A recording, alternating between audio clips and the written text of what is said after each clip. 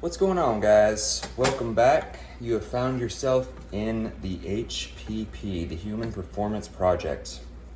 Today, coming from you live and in action in our kitchen. I made a choice or decision today that I'm going to really try to adhere to for a variety of different reasons. And it's amazing that I really didn't come to the conclusion before, but I am going to attempt to go entirely plant-based, and it's not for ethical reasons, it's specifically for health reasons. And I've heard too many stories of individuals with ailments similar to mine, side effects and issues similar to mine that have been vastly improved, if not completely alleviated, from switching to a plant-based diet and, maybe a few other lifestyle choices, but that primarily is the main one because, as you guys know, or may not know, nutrition is a big focal point for me. It's something that I figured out on my own accord at a young age. It had a tremendous effect on how I felt and how I would feel depending on what I was choosing to put in my body. I found that out in the way of struggling with anxiety and depression, and I got into sports like a lot of young boys do, and so I started trying to eat to improve my physique and performance. And when I started making some of my own food, I noticed that the depression and anxiety that I suffered from, or had been suffering from, was in large part lessened. I continued to have success with that and really got into bodybuilding from there, and kind of took it to the extreme of controlling what I ingested and how I trained myself. And I learned a lot for a while, but being that I am someone who has an addictive personality and has struggled with addiction in his life earlier on, that I'm impulsive and I don't do much moderately. So anything that I approach, it's not going to be to do the very best I can and get a participation ribbon. It's to win, it's to do the best that I can possibly do. But the key point of that is the best that I can possibly do. I don't have to be the best in the world at something to gain enjoyment out of it, at least not anymore. So today, I don't need to be the biggest man on the planet or the strongest man on the planet or the fastest man on a bike, but I do need to be alive. And if I'm going to go through the effort of being alive, I want to be happy and healthy and be able to move and function and not be a burden to my family and friends and be an inspiration for people. And so I think the plant-based diet is going to make a difference, because I look at the things that I've struggled with, and it's kind of like I want to smack myself and be like, are you paying attention? Like, why have you been defining insanity, doing the same thing, expecting different results? And like my psoriasis, for example, I have it on my elbows, knees, scalp, and I found some things that make it a little better, but nothing that's totally eliminated it. And, if I talk to any doctor about it, there is no solution. It's an autoimmune disease that's going to progress and get worse. And never once was I warned, talked to, encouraged to investigate anything to do with nutrition.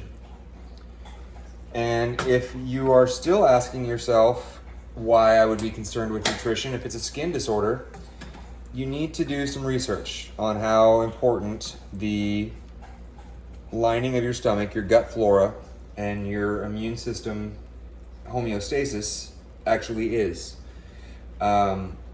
It starts from the inside out, guys. Like, seriously, the pit of your stomach out is going to determine in large part how you feel, how you function, and how you interact with society at large.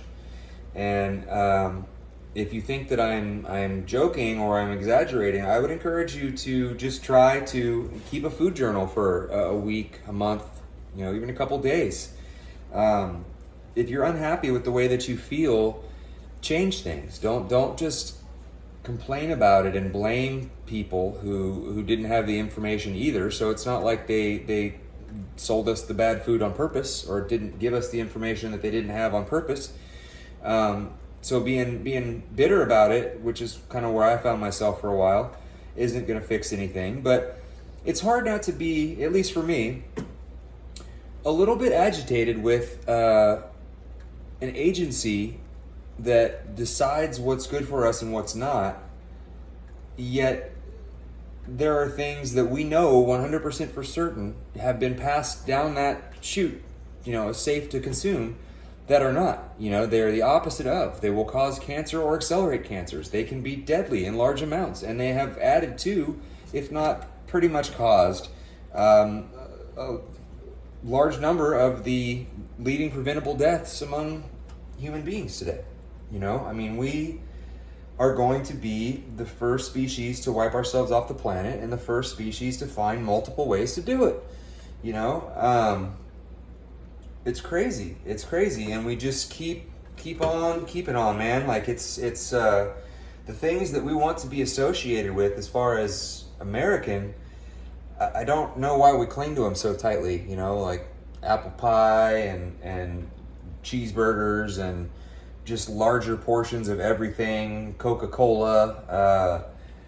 I don't know if Coca-Cola is because it used to have cocaine in it and it was popular then, or if it's really just because of the sugar and the advertising industry, or all the above,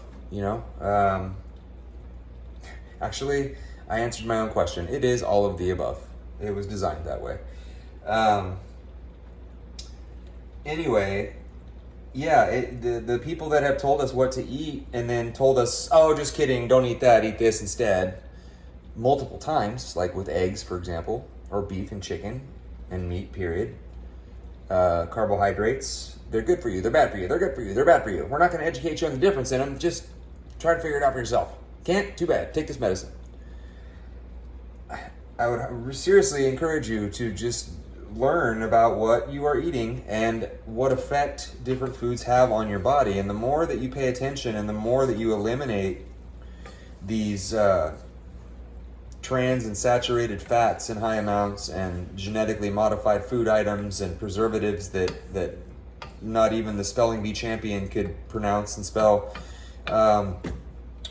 you'll start to notice differences in various areas of your life. And I really have not found any to be negative that I've observed in any of my clients or friends, or that I have personally experienced. They have all been positive changes.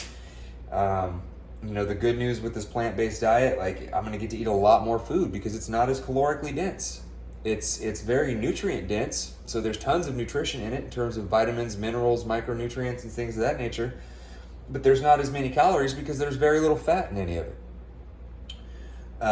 If you didn't know, fat contains double the calories per gram that protein and carbohydrates do.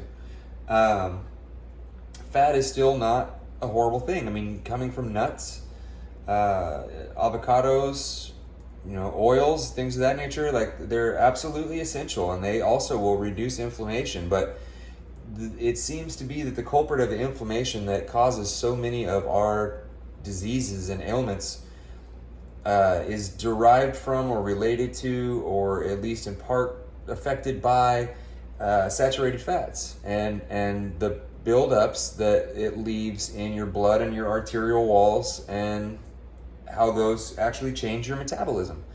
If you build up too much of certain types of fat in your body, it even if you don't have a very high body fat percentage, it still will make it more difficult for you to build muscle mass and to moderate and maintain your body fat levels. Your abilities to produce insulin and your pancreas's abilities to function decrease. And for years, being, coming up as an aspiring bodybuilder, the answer was always protein, and the answer was never sugar. It was basically healthy fats and protein, and don't you dare eat carbs unless you're refeeding or trying to time it out for a show, because you're just gonna be watery and fat. In reality, I know now that if I deprive myself of carbohydrates, I get soft, I get weak, I get flat. My muscles don't have any pop to them. I don't have any explosive power or ability in any sporting performances or things that I like to do. And I don't feel well. My mind isn't really clear. I'm lethargic and tired. I don't have a whole lot of desire to do things. I'm depressed, looking forward to the end of the day, not excited at the beginning of the day. And fuck all that, you know, like who wants to feel like that all the time?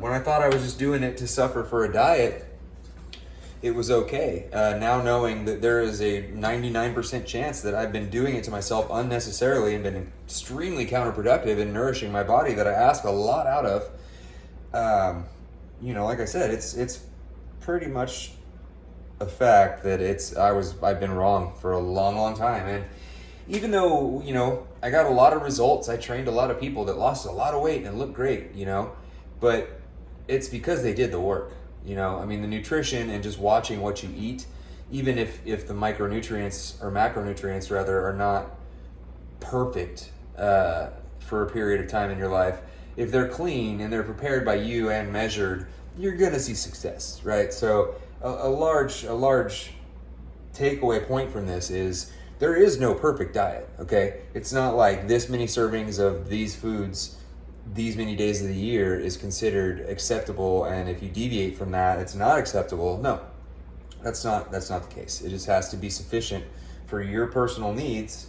It needs to be something that, if you're concerned with your longevity, is well balanced and kind of scrutinized in terms of the additives and the ways that they're prepared and the ingredients that they include. But there's no really right or wrong way to eat, other than we are human beings. We're omnivores, right? We're supposed to be able to eat a little bit of everything, you know. And meat, I still am not going to demonize it, you know. My body sometimes craves meat, like, and not necessarily beef, but like chicken or fish or turkey or something. And it's not very often, but it happens. And I don't believe that our bodies lie to us on that level. I feel like if you really get a craving for a specific food, you should probably eat that food, unless it's, you know, donuts, in which case you just kind of have to have some self-discipline. But even then, every once in a while, you need a psychological break.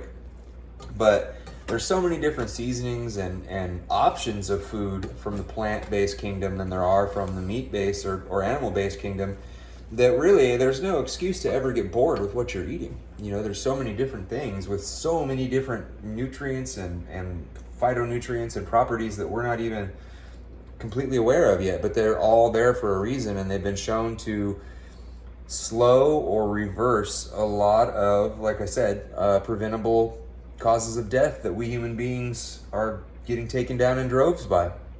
So I would encourage you to look at your relationship with yourself in terms of what you feed yourself and how you treat yourself, and see if that needs to be improved, you know, because you're worth it. You only get one body and you only get one round at this life deal. So you might as well make the best of it, you know, and do what you can while you can. So thank you for listening to more of my ramblings. Like always, I would very much enjoy conversation, whether it be constructive criticism, comments, questions, concerns. All those things can go in the comment section after you like and subscribe to the channel. And you can also find me on Facebook or Instagram under my full name, Adam Benjamin Coleman, ABC at the HPP. Till next time, peace out.